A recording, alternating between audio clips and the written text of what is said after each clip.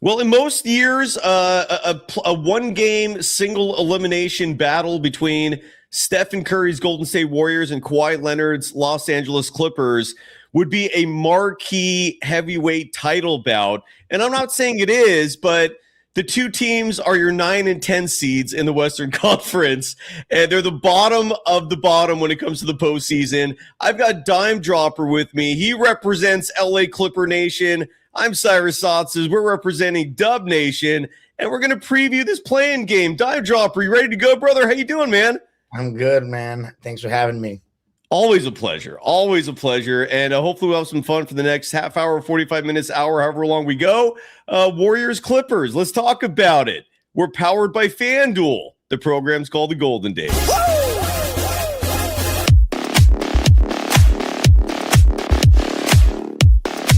Hey now. Let's go. Yeah, let's go. You can follow Dime Dropper on, I believe, I couldn't find you on Threads, Dime. So I don't know if you're on Threads or not, but you're certainly on Twitter at Dime Dropper Pod. Promote away, brother. Where can people find you? And I'll name all the shows you're hosting. You're all over the place, but you own LA. Oh, man, I wouldn't go that far, but definitely all LA sports things at Dime Dropper Pod, but definitely the Clippers on a game-to-game basis. I've been a fan for 21 years. Woo. I also host Locked On Clippers 5 days a week for the Locked On Network. And yeah, with Dime Dropper, you get to see what going to Clipper games is like, what fans are saying. And then obviously I try to talk about every game, but yeah, also just all around basketball on Dime Dropper on YouTube and at Dime Dropper Pod on all platforms. But thanks for having me, Cyrus. I'm excited for this, but also a little bit nervous, man.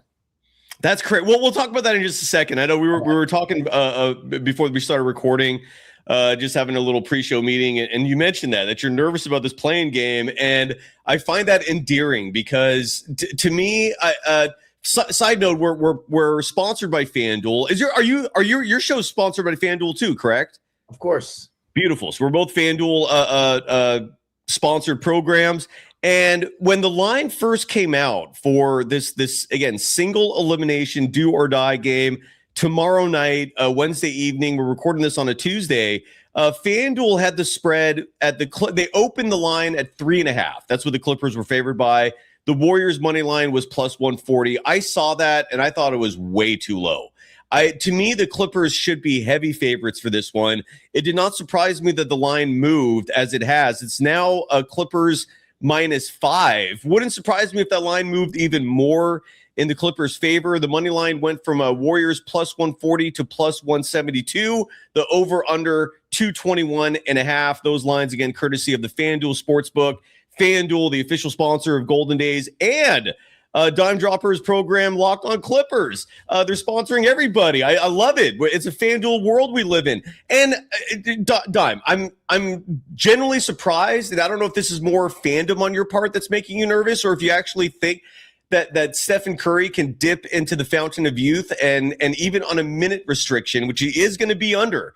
That's crazy news to me that Steve Kerr announced yesterday during a post-practice press conference they held in LA. The team has stayed there. If I were you, I would not be nervous. Why are you nervous about your Clippers hosting the Golden State Warriors in LA tomorrow, a place where the Warriors have not won since November 2021? What makes you nervous, my friend? I didn't know that the Clippers hadn't lost the Warriors at home since November 2021, but Steph Curry don't be nervous. Really makes me nervous. All it takes is one quarter for him to get hot, and the whole momentum of the game can change.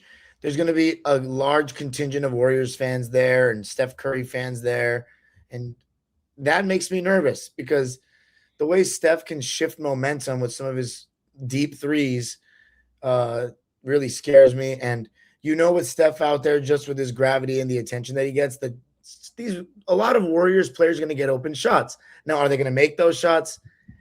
I think they won't. Hopefully at Into a Dome, but I know it's just one guy and there's no other star, but I don't know. Knowing being a Clipper fan, Pods might just hit like 7 threes.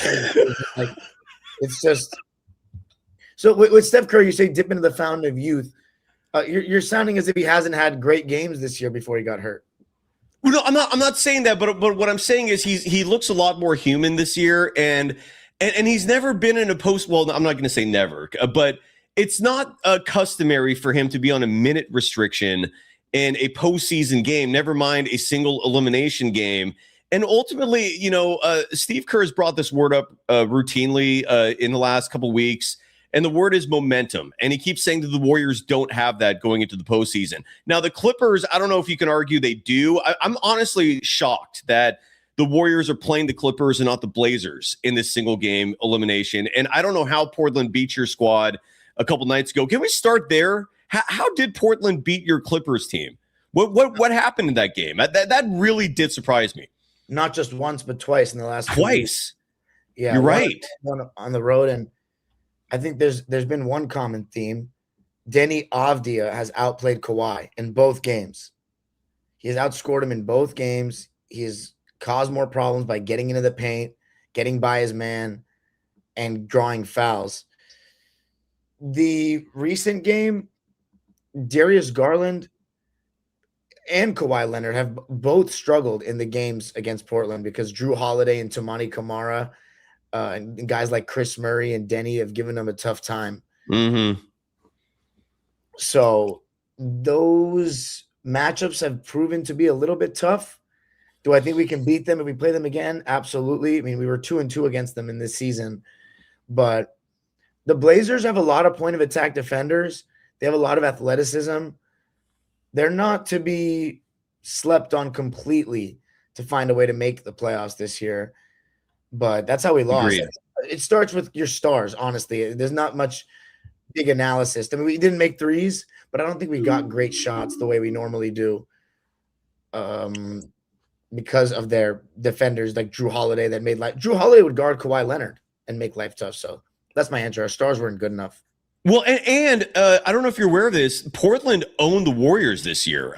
They played 4 times this season. The 4 meetings coming because one of those was a play-in, not play-in, the in-season tournament.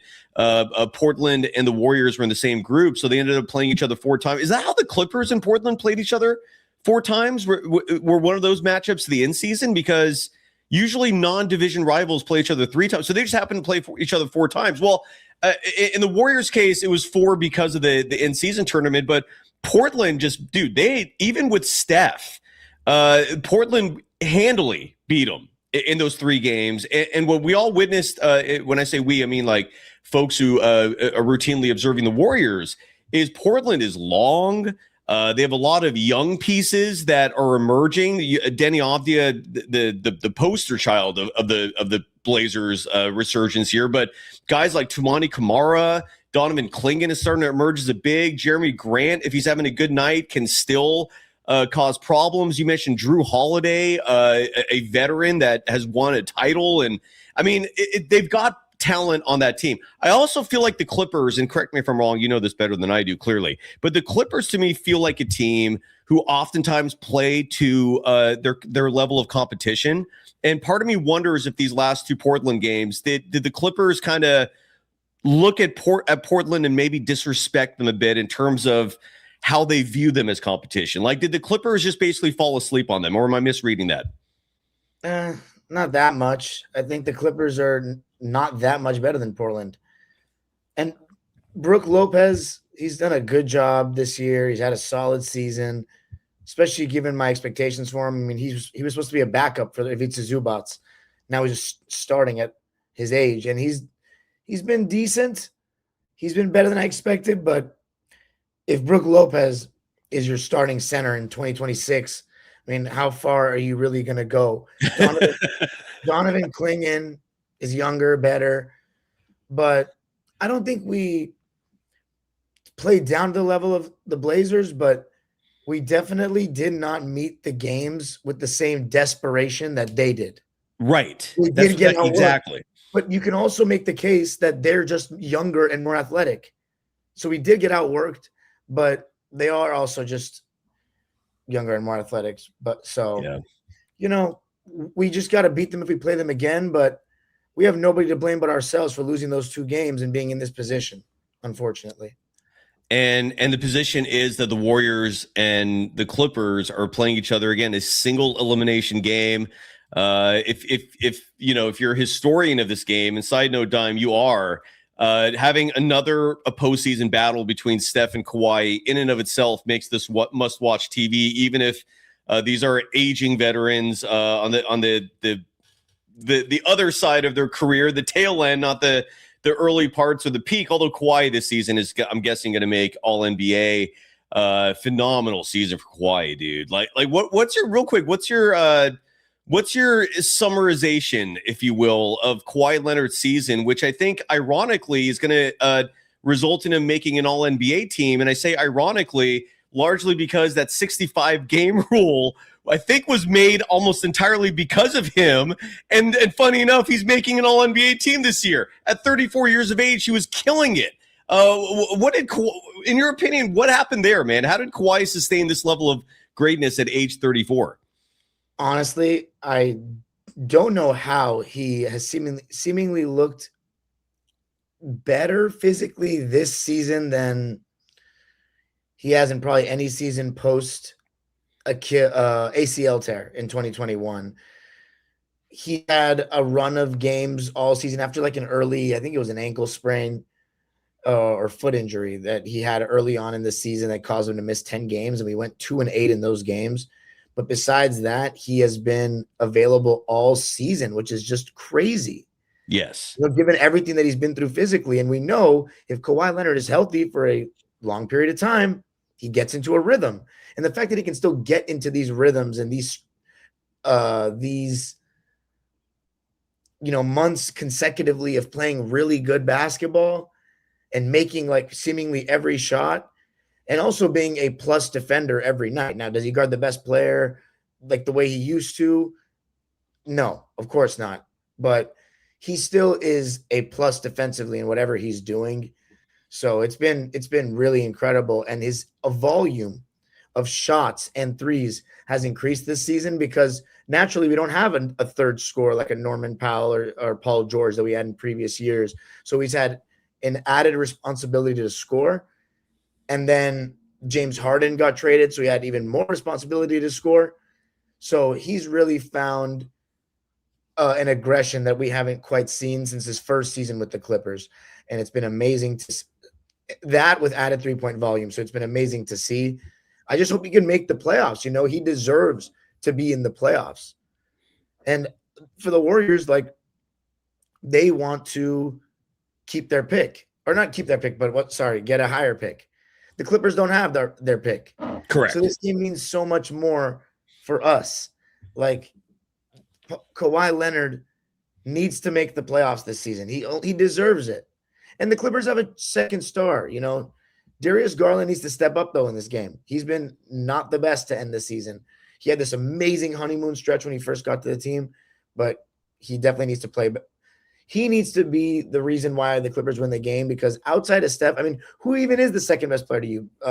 Draymond? On the Warriors? Yeah, who's the second best player on the Warriors? That's a great question. Look, on paper, salary-wise, it's Kristaps Porzingis. But, dude, I saw that is why I don't think if you're a Clippers fan, you should be that nervous. That's why, Dime, I'm a little surprised you're nervous, because there is no clear-cut answer to that question. Like, who is the Warriors' second best player? DeAnthony Melton? Maybe. The homers will say Brandon Podziemski, but he never shows up in the big games. Like, the only times he puts up numbers that, they're empty stats. These come against really bad teams. The moment the Warriors play a good team, Podziemski just becomes irrelevant because, again, he's a 6'4" dude with no wingspan, no outstanding athleticism. There's nothing like, he's just one of these guys who impresses Steve Kerr with the grinding and the availability, but he's not a playmaker. He's not an elite defender. So I'm definitely not going to name him. I don't have a good answer for you there. Yeah, Draymond Green. I guess Draymond Green would be the answer. Are you still nervous? Yeah. Because it's Steph. I get it. In the same way, look, I feel like your nervousness is the same as my nervousness. Like, I'm nervous that Steph is going to go ape shit and half the Warriors roster is going to go ape shit and make all their threes and have one of these insane nights. And I don't want the Warriors, if any Clippers fans are watching this because Dime is on the show and you're wondering, why do you not want the Warriors to win this game? If the Warriors get out of the play-in, they not only drop 4 spots in the draft, they currently are 11th in the draft. The season ended today, and nothing changed with the lottery. They would drop to 15th. So you'd lose 4 draft positions. You no longer be eligible for the lottery, which hasn't been a thing for the Warriors in like 4 or 5 years. But you're also facing OKC in the first round. And look, Stephen Curry's on a minute restriction. Kristaps Porzingis on a minute restriction. There's a third Warriors player who's also going to be on a minute restriction. I forgot off the top of my head who that is. But my point is that's not a serious team. You are not a serious team if your best players, or at least your most of your best players, your top players, are on minute restrictions, battling injuries. And the entire year, the Warriors have been ducking tough opponents, oftentimes scheduling Steph to be available for like a game against the Nets while Kerr will DNP him in a game against the Thunder just to preserve him and keep the perception going that he's elite. That's where the Warriors are. So I don't want the Warriors to win, but I also, look, it's Steph. Anything could happen. So I feel like our nervousness is actually on the same level of reasonability, if that makes sense. But I think practically speaking, pragmatically, I wouldn't be worried. Like what I'm telling people is the line opened at 3.5. Clippers are the favorites. It's currently at 5. I'd still feel safe about that. Like my intuition is telling me the Clippers are going to take care of this one beginning to end. It's going to be a blowout. I can't see anybody slowing down Kawhi. I could see Kawhi causing havoc defensively. He wasn't there for that last Clippers game. And I think ultimately on paper, logically speaking, the Clippers should easily win this game. But I feel you though, because anything could happen. It's one game. It's Steph. And so am I making sense? Anything you want to add to that? No. That's fair. But you brought up something that was that I didn't really think of before, which is Warriors fans. They're everywhere. Part of it is the modern transplant culture of the Bay Area. Part of it is Stephen Curry's global appeal. But at the same time, I feel like Intuit was built for the Clippers fans. That wall is incredible. You hear it every broadcast. You see it. I feel like the Clippers' home arena is one of the rare places where I don't think you should be worried about home court advantage slipping because of other fans coming in. Were there Warriors fans the last game? And why does this fear exist to you? Because I feel like the Clippers should be one place that's typically a safe haven. And we have a great crowd, but there's just 3 or 4 teams in the league that bring a very large percentage of their fans. And yeah, the wall does its job, but everywhere else in the stadium matters. So you've got the Warriors, the Lakers, the Celtics, and this particular season, the Knicks. They always bring a good amount of fans, but this particular season, it was a larger chunk than usual. But those teams are the 3 teams that come around consistently. That used to be the Bulls. This season there was no Bulls presence, but those teams bring a large number of their fans. I mean, so that scares me because it's the momentum plays, the momentum changing plays that Steph makes. But we'll see. I hope Draymond Green doesn't cause Kawhi any problems. We just gotta give Kawhi a screen and get a switch of some sort. Although Porzingis and Draymond, I don't think Kawhi should really attack those guys. He should attack these smaller guys that he can bump. And Kristaps Porzingis has been very inconsistent with his 3-point shot. You have games where he looks lethal out there, and you understand why the Warriors make the trade. And then you have more games where he lays an egg like he did against the Clippers in the regular season finale, where he literally, I think, went 0 of 3, 0 of 4 from beyond the arc. What I found is effective with Porzingis is being physical with him. The moment you crowd his space, the moment you don't let him get off those quick shots, he's already like lurking further behind the 3-point line than I've ever seen him before, largely to continue to generate space for himself. But when you're 27 feet out instead of 23, the odds of your shot going in will also reduce. I mean, that's just a higher percentage of difficulty. I see this on paper, brother, and I don't see how the Clippers don't win this game. And I also, with the minute restrictions, Steve Kerr again saying that Porzingis will be on a minute restriction. It said 40 minutes though for Curry, minute restriction. If 38 minutes of Curry is still dangerous. Is that what they said is 38? No, I thought it said 40. Oh, I thought I saw 34. So, okay. 34, Well, I guess if it's 34, I feel very confident we're going to win. 40? That's what I thought it was. Let me double check that now. I also don't know if even the minutes were announced. But let me double check that real fast. Again, Steve Kerr addressed the media yesterday to discuss the minute restrictions that are going to be on numerous Golden State Warriors players again. And D'Anthony Melton, I think, will also still be on a minute restriction. Those are three of your best players. I don't. And here's the other thing. And this is actually a great question for you. The NBA injury report is not out yet. Currently, the Warriors and the Clippers have not submitted anything. I'm looking at the Warriors right now. Draymond Green did not play in that last game. Side note, another a flag in my book. Like if the Warriors were taking this game seriously, I feel like Draymond would have played in that regular season finale on Sunday just to maintain some rhythm and develop chemistry with Porzingis and some other players. But he was out. I have no idea what his status is for tomorrow. And again, there's no injury report. So I especially have no clue what's going on with the Clippers. Is anybody going to miss that game, and who's banged up? We don't know if Isaiah Jackson's going to play. And obviously, Yannick Konen-Niederhauser, our backup center after Zubats got traded, our rookie that we got in the draft this past year, 30th pick, is out. So we've been playing John Collins at the 5, and it's been okay. But we don't have a backup center right now. Other than that, though, everybody should be healthy, good to go. Need some big games from Kawhi, Mathurin, and Garland to get us across the finish line and then face Portland or Phoenix. It would just be a shame because, again, as I said, the Warriors, even you just said you don't want to win. I want to win. No. It's weird. The number of people who are ignoring the ramifications of the Warriors getting out of the play-in. There is nothing to play for. How much better do you think the 14th pick is than like the 16th pick? Well, it would be 11 versus 15. Oh. And so I do think in a draft like this, I would rather have 11 than 15. I also, again, Dime, do you think the Warriors have any shot of winning even one game against OKC? What is the point of that? OKC, this is where I respect your opinion tremendously. I can safely trust how lethal OKC is.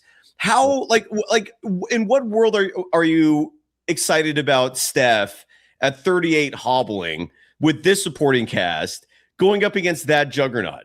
Is he hobbling? Steph? Yeah, I haven't seen it. I've only seen the only Steph game I've seen recently is the one he just played against us. Well, that was only his third game back after missing 27 straight. Maybe fourth or fifth. What if he's just, it's his fourth game. He's starting to feel good. This is the game where he really shows he's feeling good. That scares me. I don't know. I don't think it's a long shot that the Warriors will win a game against OKC, but you just never know with Steph. Maybe just one game. I respect Steph Curry a lot, and he's just one of the guys that when he gets hot, it's just different. And I don't think the Warriors role players are incapable of hitting open threes one game, So one win against OKC is worth dropping 4 spots in the draft and losing any shot at the lottery? No, probably not. Okay. that's all I'm trying to say. That's all. And look, Stephen Curry, his legacy includes never having been swept in the postseason. That was, I just don't see it. I get as a fan, I get the fan part of it. We all love watching Steph play.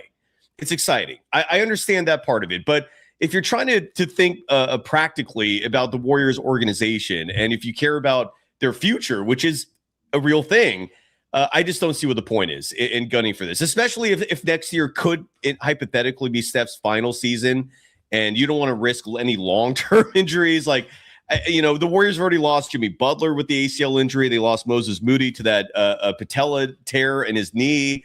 I don't want that list added. I want to see Steph healthy next year, but I don't know. I have my reasons for them not wanting. So the Clippers, though, however, you mentioned 3 names that don't seem to be that important. I mean, please forgive me for the disrespect directed towards Niederhauser, but something tells me that Yannick Niederhauser is not going to be the difference maker in a Warriors-Clippers game. So it doesn't sound like anybody of yeah. Yannick is good, man. He makes a big difference to me. You know? Okay, I trust you. I'm not an expert on the Clippers, so you think that actually is an important one. Big time. Yannick he can block shots. He runs the floor hard. He's the only roller that we had in the rotation.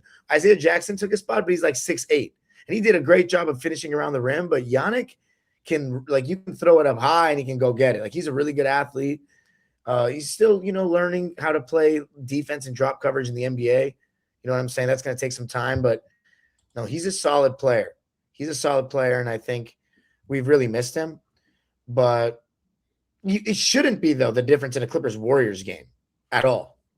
It makes a bigger difference against teams that, like, have a significant advantage against us, like OKC or San Antonio. Right. But no, against the Warriors, we should definitely win. No doubt about it. Is the health issue for him long term, or is it just a game by game kind of situation where you're hoping he comes back soon? Yannick? Yeah. No, he's out for the season. But Isaiah Jackson is a game to game situation. Okay. By the way, I knew Steph Curry had been out for 27 games. I just didn't know how he was playing these last three, right before he came back, because obviously I knew he was out. But he's Steph. If there's ever a player where you just won't ever have to worry about rust or someone redeveloping their rhythm, Steph is just that good. He's in a class of his own in that department. Like, it's weird how he can miss 3 months and just come back and just, look like he never took a day off, but that's Steph for you, man, but he is 38, and defensively, I see teams targeting him almost every possession, which we should do as well, by the way. What's up? Which we should do as well, by the way. Yeah. Yes. 100%.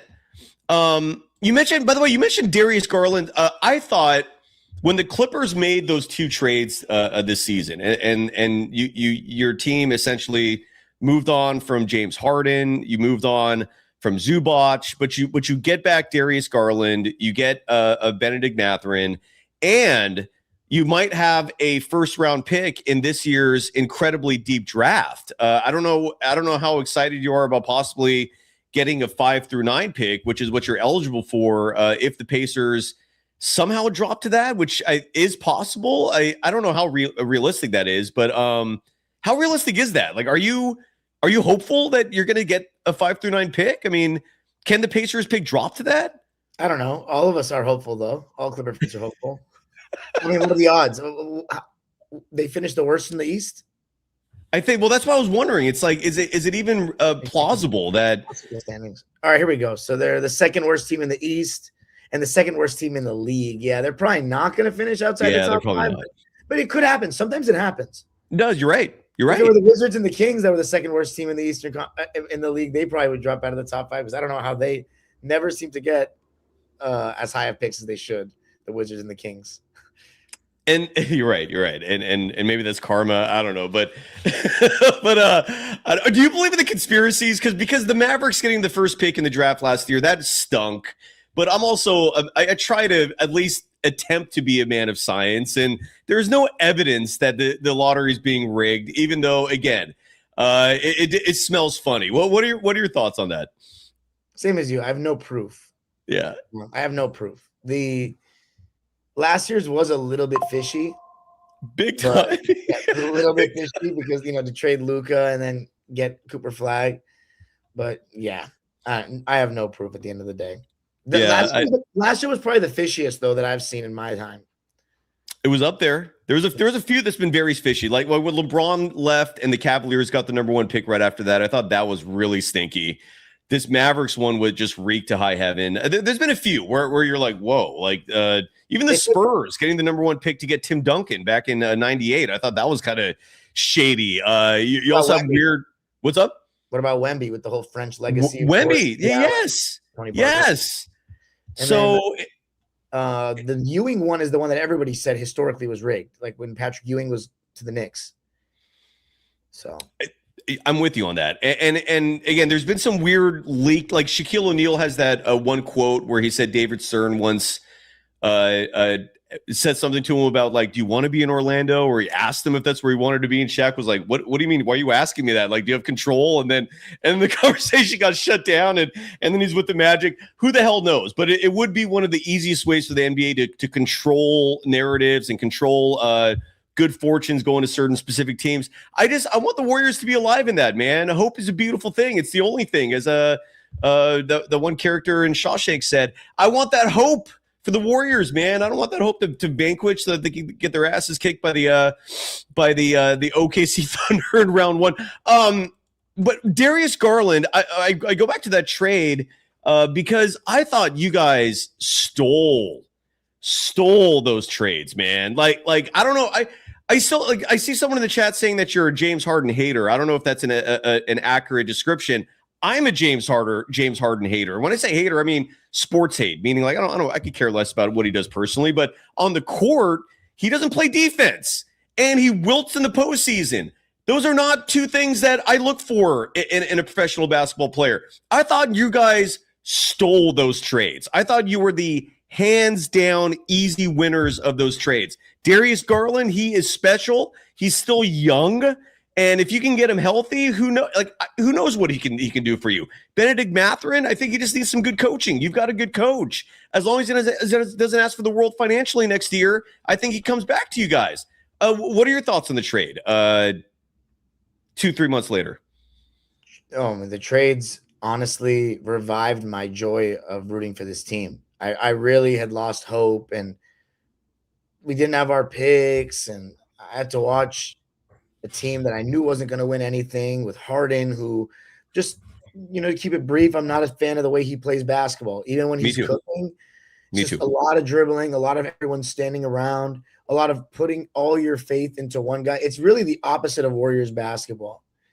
The Warriors are all built on motion, off ball, but we can get into the whole philosophical offense conversation with Steve Kerr. Let's save that for another show. Yeah, we're running out of time. I think personally, the way that Steve Kerr and Steph Curry want to play basketball is not everybody can play like that. It's about who can play off the ball.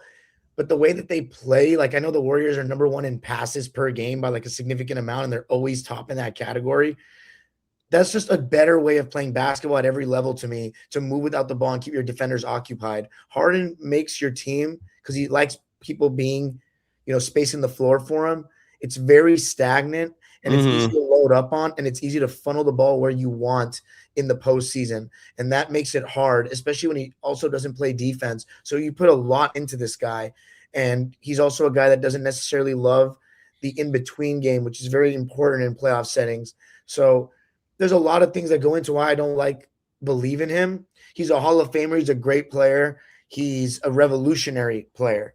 And he was a great Clipper. I just want to give him a shout out, though. Harden put on the jersey every night and carried a very mediocre 2024-25 team to a 50-win season. While Norman Powell and Zubats was great, he was the engine that made it all go. So I have a great deal of respect for what Harden's accomplished, because, any NBA player that's accomplished that much I have a respect for, but I'm not as high on him as people the modern fan might be all time. The Dwayne Wade conversation to me is ridiculous. That's not even a debate in my eyes. Dwayne Wade is between Harden and Dwayne Wade. Yeah, I don't think it's even. Who's having that debate? Of course, Dwayne Wade's the better player all the time, and Patrick Beverley is talking about it, and that's dumb. Yeah, Dwayne Wade, they're going back and forth. Yeah, I don't believe in that at all. But no, same. So, but here's the thing: James Harden's better than Garland right now, for sure. I would rather watch Garland though, but he's better. Garland better how scoring? I mean, sure, okay, but it's a team game, Sorry, go ahead. No, that's fair. It is a team game, and I think Garland allows more guys to get cooking because he's not. Yeah, he's not as. It's more with less though, but he's not as good of an offensive player though. Harden, true. And I mean, it's a big gap between their pick and roll abilities. Garland's good in the pick and roll. Harden is Mount Rushmore pick and roll. True. And Harden's so strong. He still finds a way to get by guys to the same amount as Garland, but Garland is not knocking guys over with his shoulder the way Harden is. True. But that being said, and here's another thing. Defensively, I prefer a guy that's going to try harder, which is Garland. Yeah. But the thing is, the target ball that a lot of teams play in the NBA playoffs, where they put you in the pick and roll and make you switch, Harden is better in that aspect because he's strong. The only time he takes defense personally is when he's getting targeted one-on-one, and he has really good hands. So Garland is kind of like you can overpower him with a bigger guard that can shoot over the top. So those are the differences. But for me, as you said, I wouldn't call Garland young in NBA terms. He's 26, but he's approaching his prime versus Harden. We've seen it. He's the finished article in terms of we know who he's going to be as a player. Right now, he should be like a second or third option on a championship team, contending team, because I don't think he's ever going to win a ring, which is part of why I'm very happy that we traded him. Yeah. So Garland, I'm very happy to have Garland. I think his ideal role in the future is to be the third best scorer on a championship team, not second. He has too big a role right now. He's just not a good enough scorer to be the second best player on a championship team with Ben Mathurin as your third option. You know what I mean? But as far as Ben Mathurin, I really like him. I just think we shouldn't overpay because his shot selection is questionable. He's not as good of a shooter as he seems to think he is. But I like his game, though. He plays hard. He's been a solid defender so far, and he gets to the line a ton. So I would like to keep him. I just don't think we should overpay. And then the picks are the most exciting part of the trade. I do miss Ivica Zubac, though. He was an all-time great Clipper. So I'm with you. Zubac was also a Warriors killer. I feel like if there's ever a game. But again, they also like Harden has the build of a shooting guard, right? Even though he's evolved his game to become a point guard. But people lose sight of this all the time, Dime. And I think it's very important to not lose sight of this if you want to be accurate when it comes to analysis, which is that half the game is played on the defensive side of the ball. Half. It ain't a third, it ain't a quarter. It's not the sexy side, but it's half the game. And what Harden has done in his career, and a huge reason I think why he's maintained durability and why, despite being 10 years older than Garland, is still playing at this elite level, is because of the fact that he doesn't expend energy defensively. He's not aggressive. He doesn't bring intensity on that side of the ball, but it also saves him energy for the offensive side of the ball. We've been seeing LeBron James do this for years now, where he's essentially sacrificed defense, but he's using that energy for offense. And when it comes to narratives, that definitely helps you sell the image of you being a complete basketball player because the stats are not up to par yet in terms of painting an accurate picture defensively with measurables. Like defensive rating is a very flawed stat. In no way, shape, or form does that paint an objective story about someone's defense. So if you want to really accurately describe someone's defense and bring analytics into it, what I usually do is end up looking at defensive matchup numbers, right? You can kind of like cherry pick how someone played someone else defensively. Like the NBA does measure those stats, but steals, blocks, defensive rating, none of these truly tell the picture. To me, it's still very much an eye test thing when it comes to defense. And with James Harden, he just the effort is just not there. It's so blatantly obvious, and that's half the game. It's half the freaking game. And so for me, it's like, what? Yeah, I everything you said about Darius Garland, I think is accurate. I also think with Darius Garland, before the toe injuries, nobody was slandering him. Everybody thought Darius Garland was on the verge of being like a perennial all-star. They thought Cleveland had this lethal backcourt with Harlan, with Garland and a Spider, and then the toe injuries happened, and people just turned on him fast for whatever reason. Like overnight, they were like, "Oh, he's not durable. He can't play anymore." And it's like, okay, he's had this toe injury that's been hampering him for about a year, but does that mean he's injury prone over his entire career? I'm not going to go that far, and I still think he's a terrific point guard. What I'm trying to say ultimately is I think you guys did win that trade, even with Harden being the stat powder, even with him being as entertaining of a player as he is, former MVP, the most hangover-proof human being we may have ever seen on the planet. I've said this repeatedly, the man parties, and he's one of these guys. I've met them in life. I have friends like them in life. They exist, where they just have an abundant source of energy. Their life force is insanely strong. And what I mean by that is James Harden is the guy who will be at the club till 6 in the morning, And then 3 hours later, he's up at 9 and he's ready to go. And not everyone's like that. And it's very impressive. That's James Harden for you, but he doesn't play defense. And as you mentioned, offensively, like he's a great pick and roll guy, but he's also like a super high usage guy, and not just high usage in the literal sense, but in the meaning the ball has to be in his hands all the time, and that could be a positive or a negative. But I don't like the fact that he's not a winner in the postseason. That's been proven time and time and again. Even last season, Game 7, that's a stain on his legacy. And all I'm trying to say is, someone who loves the Warriors and follows them and could give a shit about how the Clippers are doing, I think you won that trade, and I think you won it handily. Yeah, we won both. Crazy or no? We won both trades. You won both trades. You did. Now, Benedict Mathurin, I think you could have some arguments about what he's going to be long term. And again, are you a Ty Lue fan? Yeah. What's your take on Ty Lue as a head coach in 2026? Ty Lue's a good coach. I agree. He gets weight, but I think coaches just get too much heat though in the NBA. Personally, I think Ty Lue's great. He's not flawless, but like neither are players. So, what's the flaw in Ty Lue's coaching? Like, what would you say he could maybe improve? I mean, he waves the white flag way too easily in games, for one. I wouldn't say his offense is very creative, but that's also partially personnel based.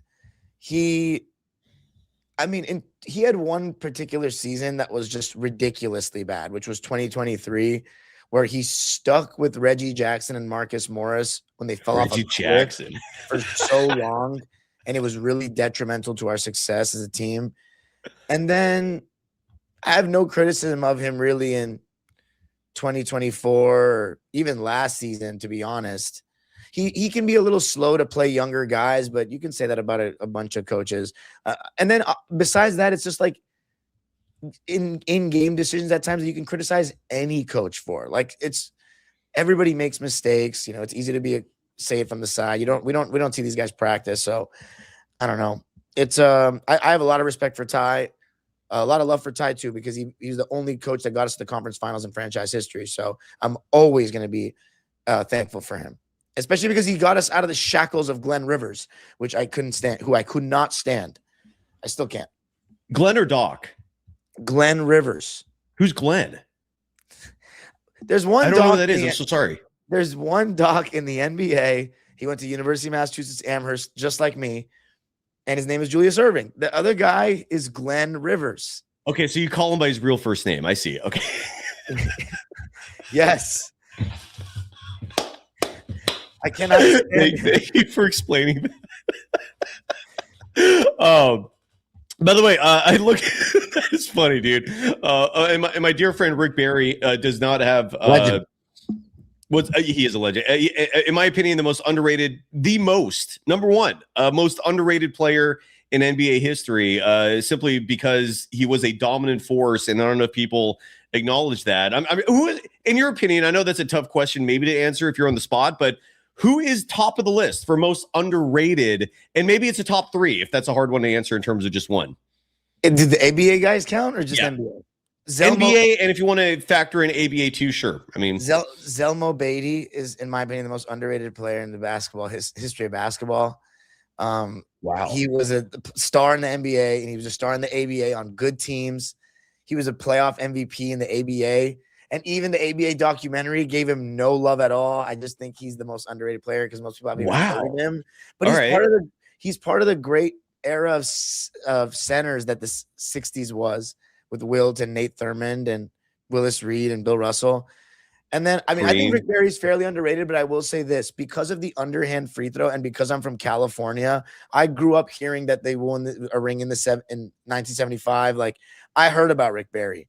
So I don't know. For me, I don't think people understand how good he was. Like, him and Kawhi is like a good debate. Like, I don't know. I haven't watched enough Rick to comment on that, but like, they're definitely in the same room. I think John Havlicek gets not much love, though, in my opinion. I think he gets even less love than Rick because he played on the Celtics with Bill Russell and those guys. But to me, because I've watched more Havlicek than Barry, he's so underrated. Like, he's 8-0 in the finals. He gives you everything you want. He plays so hard. Like, he runs the floor so well. Like, he just does all the little things, and he's a star. That to me, like, Havlicek, he actually has a very similar career to Kawhi in the sense that he started out as like a role player on a dynasty kind of team. And then he, as the stars like Bill Russell or Tim Duncan aged out, he took over and got his own team and ended up winning with them. So I think Havlicek and Zelmo Beatty, Rick Barry, I think is underrated, but like most 70s guys are. But I think Nate Thurmond might be even more underrated Warrior than Rick Barry. I mean, Nate never won the title, and he got traded because Clifford Ray took over his spot primarily. There was another big as well. I forgot his name. You're right though. I'm not saying Big Nate doesn't deserve. So good. I saw Nate Thurmond. There's this one game. You can probably, I don't know if it's on YouTube. You might be able to find it, but I have a link to it if anybody wants. It was 1967-68 season, and it was like the first season that the Seattle Sonics were in existence, and it was the only full Nate Thurmond game I've ever seen. And at one point, first of all, he's like blocking shots like into the stands. But there was one play, and I think I posted it on Twitter a couple of times. He grabbed a rebound like basically under his own basket and threw an outlet pass like down the length of the court right on the money.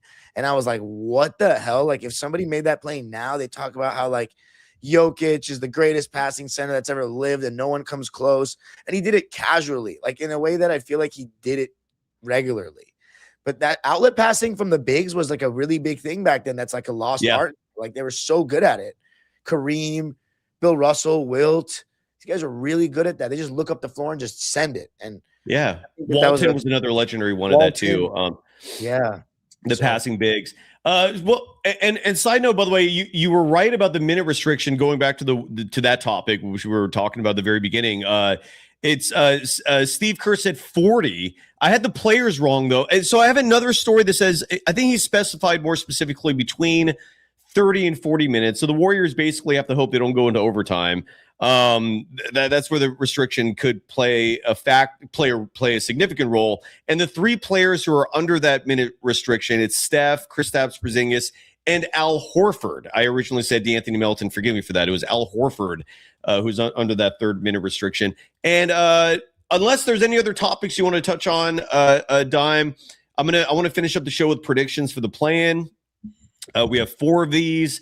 I'm so excited. The play-in tournament is one of the great feel-good stories, in my opinion, of the NBA. It's one of those changes that was for the good. And you more times than not don't see change that actually brings about a positive impact. Usually, what's up? You like the play-in even though it cost you guys the playoff spot in 2021? One of Steph's easily. Because to me, it's look, if you deserve to make the playoffs, you should win those games. And my only regret in 2021, and I don't know if you agree with this or not, Stephen Curry to me had one of the greatest NBA seasons in the history of the game in 2021. And side note, hopefully we'll do another show soon where we can talk about Steve Kerr's legacy, because I also think that was entirely his fault. The Warriors losing those 2 play-in games. But again, we can revisit that another day. But Steph, to me, got robbed of MVP. Nikola Jokic won his first MVP award that season. I thought he stole that from Steph. You look at the measurables, and Steph, numbers-wise, was far superior. The one ding against Steph that season is that the Warriors finished as the 8th seed, and Denver was far higher. I don't know if you have an opinion on that or not, but that's my main takeaway from 2021. Wasn't that the Warriors blew it by losing 2 play-in games to the Lakers and the Grizzlies? It was more so that Steph got robbed of an MVP. But no, I love the play-in otherwise. Do you have an opinion on 2021? No, it was, I mean, I watched a lot of Warriors games that year, and it was great to see Steph do his thing. Like he was arguably the best player in the NBA. So unbelievable. I think that was the Warriors missed the playoffs. I wanted them to win, but they turned the ball over too much in that game. I know. They should have beat the Grizzlies. They should have beat way too many turnovers. Yeah, it was and part of it was the roster again. Part of it was Kerr deciding to give heavy minutes to guys like Brad Wanamaker and Michael Mulder. Wasn't he the backup point guard like all year though, Brad Wanamaker? Yeah, but he shouldn't be getting heavy minutes like he did. Again, but 3-4 guard lineups should not be a thing, in my opinion. It's not. It doesn't translate to success, but that's just me. And maybe one of the biggest. It does. I just don't think these rosters have been like that. I don't think that roster was very good. Fair, but are you aware of who's responsible for these rosters with the Golden State Warriors? It's not the person who has GM on his nameplate. It's the head coach. Solely Steve Kerr by himself. What's up? Can't be solely Steve Kerr by himself. There's got to be some other guys that are in the room. Bob Myers left because of Kerr. Bob Myers was like, you know what? If you're not going to play the guys that I get for you, I'm out. I know they had differing philosophies, but Lawrence Frank and Ty Lue for a while had that, and then I guess they straightened it out. I don't know, but yeah, I know that. Here's the thing, though. I don't think Draymond and Steph Curry. I feel like these guys are a trio. Like they all say that they all want the same things. They're like little crew together. Yeah, they're talking the part of going down on the ship together. But that's what I'm saying. They just like. And I'm not convinced that Jimmy Butler and Kuminga and all these guys that have come through want to play this way. But here's the thing. I like the way the Warriors play basketball. But I agree with small ball lineups necessarily. It's just, I'd have to go back and see the game and see who, you guys' other options were and stuff like that. Do. But even then, but because I've done all this research time, I don't come to this opinion just off feeling. I'm not saying that you're wrong, but someone saying that the reason that they lost is because they went too small, as opposed to there could be other reasons when you watch the game. I remember the Warriors throwing the ball away recklessly. I don't have the numbers on hand. Turnovers, yeah. There's still some stuff that's in the guys' control that are out there. True. But more case in point, if in case you're skeptical about the personnel decisions, in 2018, when the season the Warriors won their third championship, they got pushed by the Houston Rockets in the Western Conference Finals to 7 games. That series should have never gone longer than 5, even with the Andre Iguodala injury. And to me, the chief reason for that was Steve Kerr deciding, I'm going to DNP David West, still an elite big, even at 36 years or 37, whatever he was. I'm going to DNP JaVale McGee, who's one of the most feel-good stories of that Warriors team, as their starting center, so I can give all those minutes to Quinn Cook and Swaggy P, so I can space the floor. And it's just decisions like that, which are just mind-blowingly counterintuitive, but you get away with it when you have a Stephen Curry in his prime, a Draymond Green in his prime, a Kevin Durant in his prime. You can get away with malfeasance like that. When your stars are aging and when they're no longer at the peak of their powers and you're still trying to pull that gimmick, it's going to catch up to you. And it's been catching up to them. It's been 4 years, Dime, of play-ins and underachievement. But again, we could save that for another discussion. I guess ultimately, and this is where I'd love to do a show with you in the near future about just the role of the NBA coach, because I've grown very cynical of an NBA coach in terms of them actually coaching. To me, basketball coaching still very much exists in college. Absolutely is pertinent and relevant and important in high school and lower levels than that. At the NBA level, to me, it's far more of a game manager type thing. They should call NBA coaches, to me, managers like they do in baseball, because you could do the damage you can cause with your personnel decisions far outweighs the benefits of, let's say, being a good communicator or instilling a system. That, side note, in today's NBA, everybody's running the same system. I don't know if the Clippers are running the motion offense, but most other teams are. They're not. They're not. Most teams are running motion. Yes, they are. Name one. Look at any team. The Lakers are running a motion. You look at they spam pick and rolls most of the time. They do too. Reeves. They do too. They have that too. But you also see these teams running splits left and right. It's become a very predominant. It's not. There's no ingenuity with it anymore. I mean, do you think it's still innovative and fresh like it was? I don't think teams play like that. When I watch other teams, it's very pick and roll based. It's a lot of ball screens. Yeah, I think you can argue the Hornets have done some of that with Knuppel a lot. The Nuggets move off of Jokic in the high post, but the Raptors run a motion system. When the Raptors came to run a motion system, yeah. When the Raptors came into it, they didn't do any. They didn't move without the ball like that at all. When they came into it, I think the Celtics run a lot more ball screen though than movement without the ball. I mean, the Warriors are running ball screens too. It's just those screens are off the ball, just way more. But that's what I'm saying. I'm talking about on ball. I mean, of course, some teams set off ball screens, but it's the Warriors are And the Pacers, you can throw the Pacers in there. Absolutely. And here's the other problem. I think it's less than a third of the league. But the Blazers definitely don't. But if the system is so effective, why have the Warriors stunk for 4 years? 4 years. That's a time lapse that represents high school. The difference between Olympics. 4 years of the system not doing shit, Dime. So after in 2022 though, you guys overachieved. I think Steph almost single-handedly overachieved. Yes. Andrew Wiggins played some of the best basketball. And Andrew Wiggins, yes, and yeah, fair. But it depends how much credit you want. Like it depends with a coach. Like when do you want to give him credit? Like people don't want to give. Like with Ty Lue, I see some people do it too. Like it's never the coach can never get credit to them. And I think for good reason. I mean, they're making so much money, Dime. But to get paid that much to talk for a living.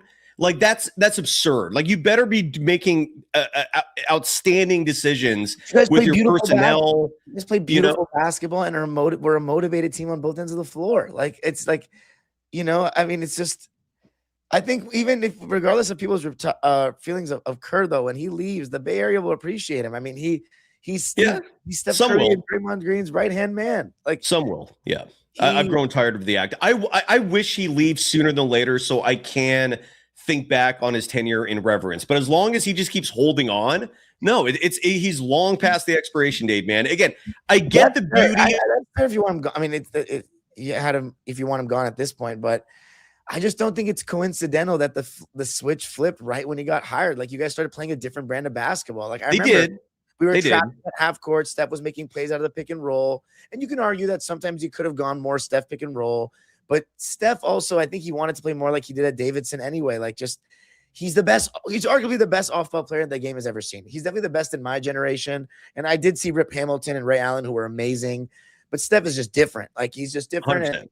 And the way you guys play is just, I don't know. I have a lot of appreciation for it as a team that, as a guy who's been watching LeBron pick and roll ball and Harden and these guys for the last 5 or 6 years. And, I just don't think you guys have okay. So after 2022, though, 2023, you just didn't have any size on the roster, which again you could attribute to the way that the Steve Kerr and the way these guys want to play. Well, do you remember Anthony Lamb and Ty Jerome? Of course. Were you watching closely enough for that? That's when I started to sell. Ty Jerome ended up taking off after he left the Warriors. Kinda. I mean, taking off maybe statistically. He was pretty great last year. The year after Ty Jerome didn't even play because he was injured almost the entire season. Then he had that. And maybe that might have been a 2-year run of just he was nowhere to be found. He had that one good year in Cleveland, statistically, where he was playing like 15 minutes a game, 20 minutes a game as an off the bench guy. And then with Memphis this year, again, he was MIA until like they started tanking. And then they started giving him minutes, and then he started putting up these empty points again. Ty Jerome, to me, still goes back to the whole, like, you got to pay attention to the other half of the game. Offensively, there were moments where he looks great. He's efficient. Defensively, he's a turnstile. He cannot stay in front of opposing players. He can't. And I watched it enough to just lose my mind over it. Like, and Kerr just kept putting him out there. It's like, why? So he can just literally try to stay in front of people and just can't? Like, does not have another ball handler. That would be my assumption. Another ball handler. And that's another thing, Dime. It's like ball handling in today's NBA. Like, can't all these guys do that? Like, I like not the point guard position, not initiating. Like Chris Dunn and Derrick Jones Jr. You'll be surprised. They have problems bringing it up the court. Like when the guy puts any sort of ball pressure on them, they like turn it over. It's really weird. So it's you think that they can until they're getting pressured full court, and then you realize that maybe some of them can't. Well, if every team was applying full court pressure defensively, I would value the point guard position more again. Most teams aren't doing that shit though.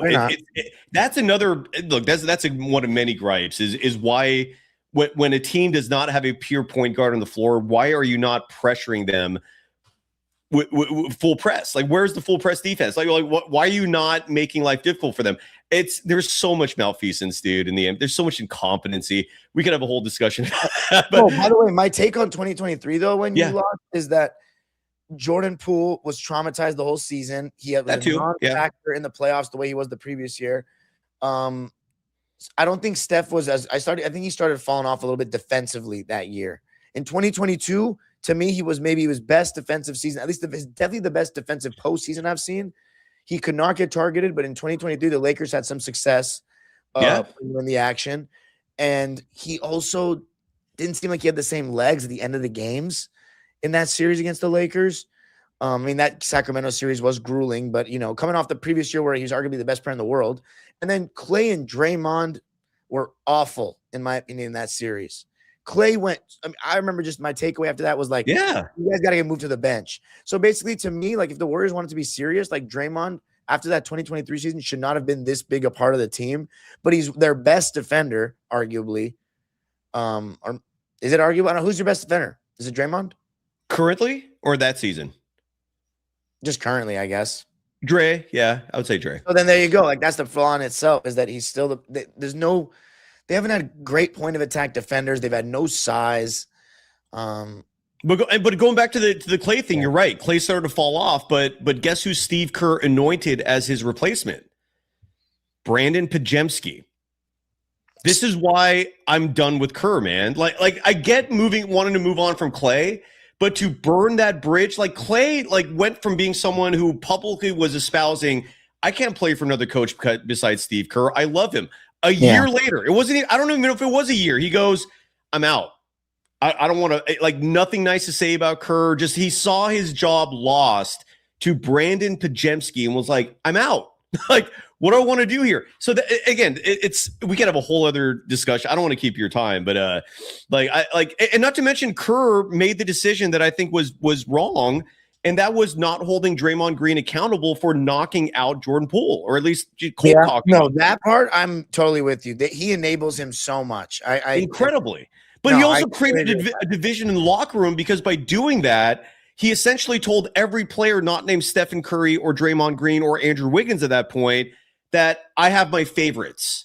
And that's not a good style of leadership, man. There's no business school, or any school for that matter, but I bring up business because usually that's where leadership training takes place, where they're telling you a good leader has his favorites and he lets everyone else knows that. It's like the antithesis of good leadership. Like, you don't want to show favorites, but that's what Steve Kerr does. Anyways, I'm so done. I want him gone. That's just me. I can understand the outsider's viewpoint of having reverence for him. But look, playing games. We have 2 games tonight, 2 games tomorrow. I'm so pumped for this, man. I'm looking forward to just vegging on a couch with my dog and watching a sudden death basketball. It's exciting. Although tonight is not the sudden death. Yeah, it is. For the loser, the loser stays alive. Anyways. In the East, it is. Oh, the East, it is sudden death. Okay. So the 2 games tonight. Thank you for that. Miami and Charlotte. You're right. It's a 9-10 game on the East tonight. FanDuel has the Hornets favored by 6. The Hornets have been one of the feel-good stories of the NBA season. They are exciting to watch. They're one of those teams that I think I don't know if you agree or not, but I think it's safe to say moving forward, they're going to be a team to look out for. And they're favored by 6. Predictions. We start there. Ooh, I'm going to go with Miami. They're the playing Kings. I'm going to go with Miami. Wow. So the money line, if you trust a dime, plus 200. So put your money down on that if you think Miami's going to win. Those are good odds. They always seem to get out of the plan. Yeah. and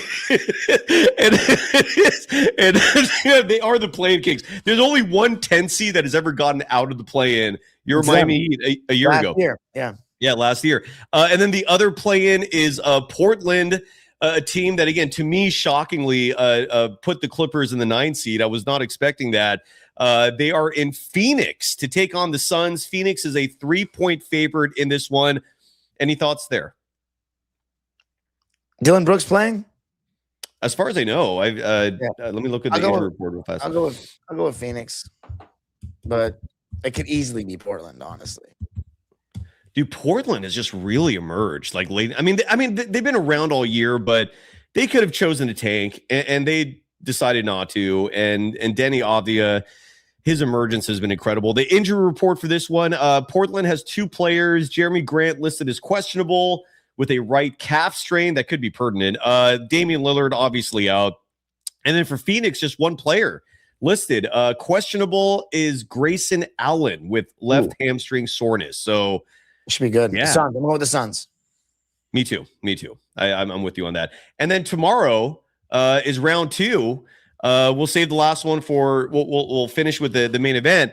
But the early game tomorrow is going to be Philly hosting Orlando. Orlando is reeling. What are your thoughts on that one? I'm going with the Sixers, so we can hopefully get the second best rivalry in NBA history: Sixers and Celtics. Oh shit! Good call on that. Yeah, that's an old school rivalry. Has there been recent? Hell yeah, James Harden, 2023 with Embiid. Oh yeah, you're right. You're right. My bad. Absolutely correct. And we can safely say James Harden lost that battle. And then the main event. The Golden State Warriors are into a dome. They're taking on the Clippers. This could be Steve Kerr's final game as head coach of the Warriors. The Clippers are gunning to make some noise. Kawhi Leonard is back. They're favored by 5 points. The Warriors money line plus 176. I could have swore it was plus 180 when we started the show. The OU 221.5. Dime, what is your prediction? Clippers are going to win by 15 points. I all I can say is if you take the Clippers and the spread, I'd feel good about that. I think the Clippers are going to take care of business too. I also understand why you're nervous. I'm nervous too, just for very different reasons. But we're nervous for this. Well, we're both nervous for the same reason, but with different outcomes as the result of that. Dime, promote away, brother. You do a lot. You're not. Something tells me you're not 30 yet. Is that correct? You're under 30, right? I'm 27. Dude, you're killing it. I just want to give you props for that, man. You're doing like what you're doing at your age. Like there was a clip on your show the other night where Brent Barry just popped in. You do a lot of these shows outside of Intuit, and that who's holding the camera, by the way? Who's your cameraman? I mean, it's always can be various guys. The community comes together to make it happen, but it's mainly this guy Mason, who also sits in our section. But just holding up my phone. So because you can't. Well, props because you need somebody to do that, and so Mason is holding the camera. You do these awesome shoots outside of Into a Dome. Thank you. And you post these on Twitter. That's where I end up seeing a lot of these. But the other night, Brent Barry and I think he was in town doing a broadcast for Prime. He, side note, is my personal selection. If I had the power to choose who the next Warriors head coach was going to be, I'm going with Brent Barry. I think he would be the best pick. That's just me. I still can't believe that he recognized you. Props on the Brent Barry relationship. You got a lot going on, brother. Promote away, please. Locked On Clippers, YouTube, wherever you get your podcast, Dime Dropper channel I'll be talking about every playoff game, hopefully there. And yeah. Thank you, man, for having me on. Of course, dude. Add Dime Dropper Pod on all platforms. Except Threads. You're not on Threads, right? No, there's Twitter, TikTok, Instagram. Is there a reason for that besides time? I'm on too many social media platforms. I spend way too much time on them. I hear you, dude. It's exhausting. If you don't mind, dude, I'd love to collaborate with you during the postseason. Something tells me your Clippers will not get out of the first round. Maybe I'm wrong with that. I don't know. Who knows? But you might have some free time, and I know my Warriors are not going to be advancing past the first round. If they get there, I'm going to be peeved. But regardless, I don't think they're going to get out of it. So you and I will have a lot of time on our hands this postseason after the first round. If you want to collaborate again, I'm doing NBA postseason coverage for the next 2 months. So if you ever want to collaborate, let me know. I'm down. Anytime, man. Beautiful, brother. I've had you for way too long. Thank you. Anything we missed? No, I don't think so. All good? Okay. Go check out Dime Dropper again on his YouTube channel on Locked On Clippers. You're killing it. Congrats. Always love having you, brother. Thank you, man. We done? Yes, sir. Thank you. Bye-bye. Thank you, everybody. Thank you. Bye-bye.